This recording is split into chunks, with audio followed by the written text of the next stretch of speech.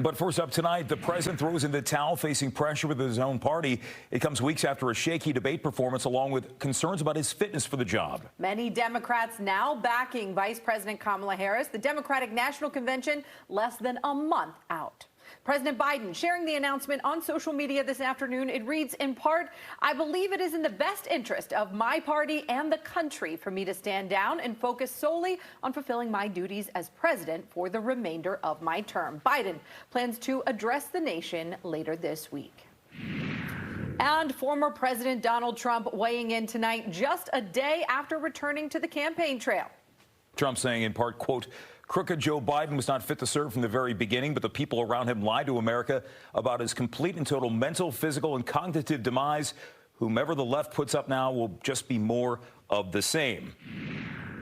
Tonight, reaction pouring in outside the White House here in Washington. Tom Fitzgerald has had one heck of a week. He started the Republican National Convention in Milwaukee. He is live with us tonight at this late hour outside of the White House. You've been getting a lot of reaction, Fitz. What's the read on the people?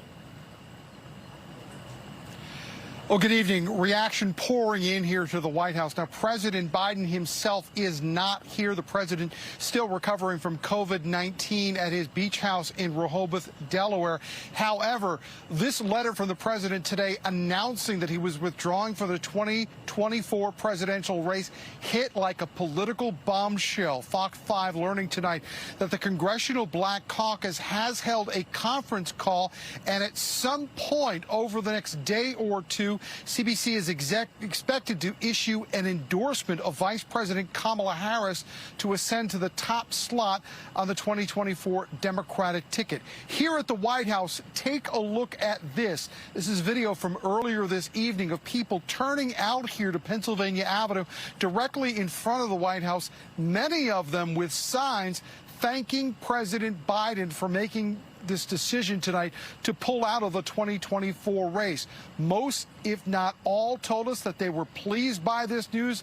A few said that they regret that Biden will not see the end of this campaign. However, they were relieved that they say that he will remain in office. Some Republicans told us they have very serious questions now about not only this move for Biden to leave the race, but whether or not the president of the United States is still physically and mentally able to continue in office for the remainder of this term.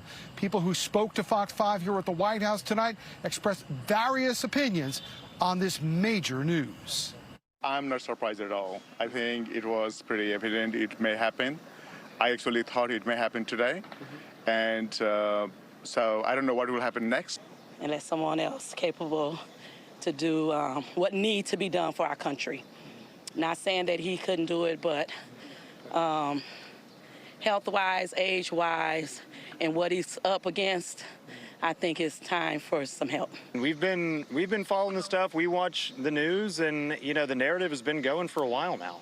It's kind of crazy just to see how it's evolved, but to be surprised, no.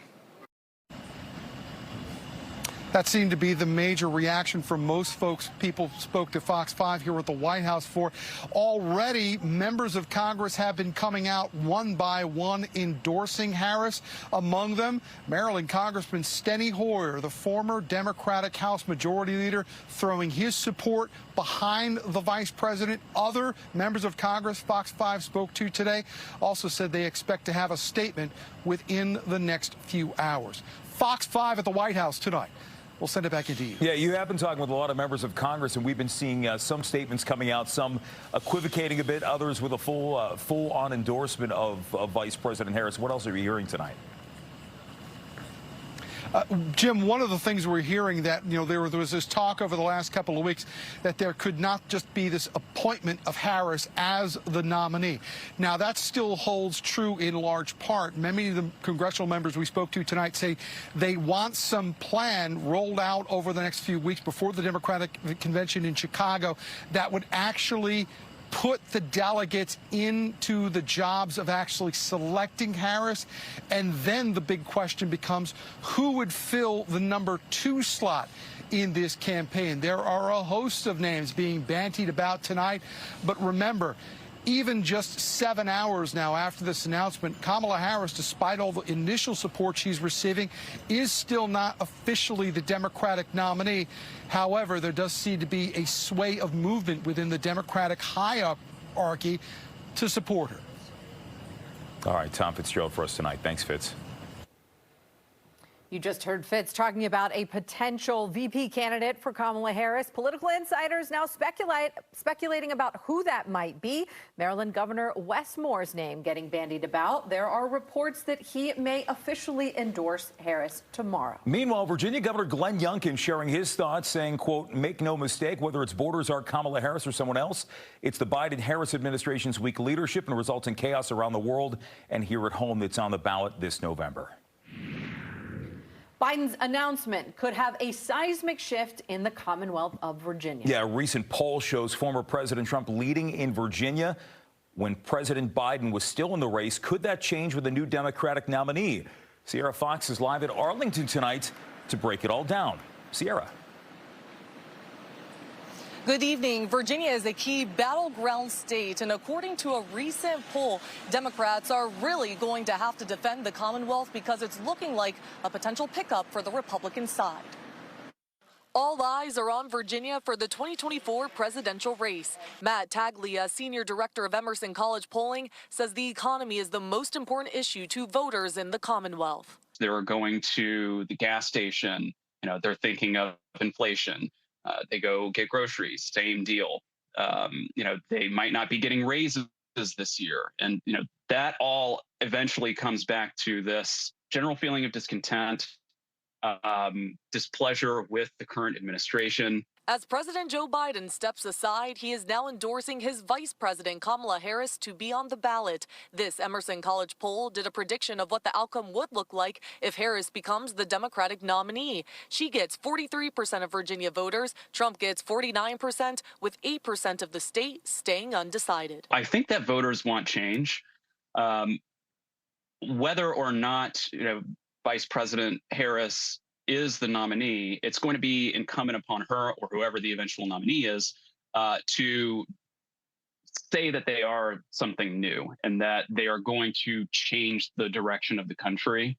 The Commonwealth has not backed a Republican presidential candidate since 2004, and as Election Day in November inches closer and closer, people are keeping an eye on Virginia to see which way the state will ultimately swing. Obviously, President Trump benefits from not being in government currently, but these other hypothetical Democrats, they're going to have sort of a tall order in convincing folks that they are delivering and that they're going to make things better than they are now. Yeah, a lot to prove in a short amount of time. Matt there continued to say that President Joe Biden dropping out, of course, will change the dynamic of the race, not just here in Virginia, but across the country. But anything is possible. Now, Emerson College does plan to release another poll later this week with fresh numbers. And of course, Fox 5 will stay ahead and bring you that update. Back to you. All right, so we have Professor Chara Torres-Pelosi joining us. And first of all, we have seen tweets from Republican leaders talking about threatening legal action based on Kamala Harris being on the ballot. What would that even look like? It's a little bit curious because I don't think there's a basis to challenge Kamala Harris for being the nominee if that's what happens at the Democratic National Convention in a few weeks. And now turning to the campaign finance piece, because we have seen the chair of the FEC quote the federal regs shortly after Biden made his announcement this evening and talk about sometimes campaign finance donations have to be returned if there is a different nominee on the ballot, but not always. What do you make of what the FEC chair is maybe suggesting there? What do you think? So campaign finance law gets pretty complicated pretty quickly. But the basics here are a candidate can transfer an unlimited amount of money to themselves. And because Harris was on the ticket originally, all of that money can go to her. So in a normal campaign, you don't even have this problem, but we are in unprecedented territory. That seems to be the theme of the year. I want to ask, is PAC money different? So I think we're asking about the candidates campaign committee. And then there's a whole world of PACs and super PACs. So there is a lot of money slushing around the 2024 election, as I wrote about in my book, Corporatocracy. And I think the donors are going to have a huge amount of influence over who is ultimately elected president. And in an election season, particularly the summer before election, it's pretty typical to see election-related challenges. 2020 most recently was perhaps a bit unique because there were also COVID-related election-related challenges. But do you foresee kind of a busy election season in the courts coming up ahead of November? It has already been a very busy election season in the courts. There have been many different changes to election laws in several states, some of which made it harder to register to vote or harder to get mail-in ballots, which is one of the things that happened in my home state of Florida. And those have been subject to challenges. And then layer on top of that, all of the gerrymandering challenges. So the courts have been full of election law cases recently, and that is not going to stop. All right, Professor, thank you so much for joining us. Thank you for having me. And that brings us to our Fox 5 Live Incident. And we're going to explain why we're asking you this question first things first. A number of Republicans, including House Speaker Mike Johnson, have called upon President Biden to resign in light of the fact he's not seeking another term. So our question to you is, should President Biden resign immediately? 67% of you say yes, 33% of you say no. You can still vote. Scan the QR code or go to fox5dc.com/instapoll.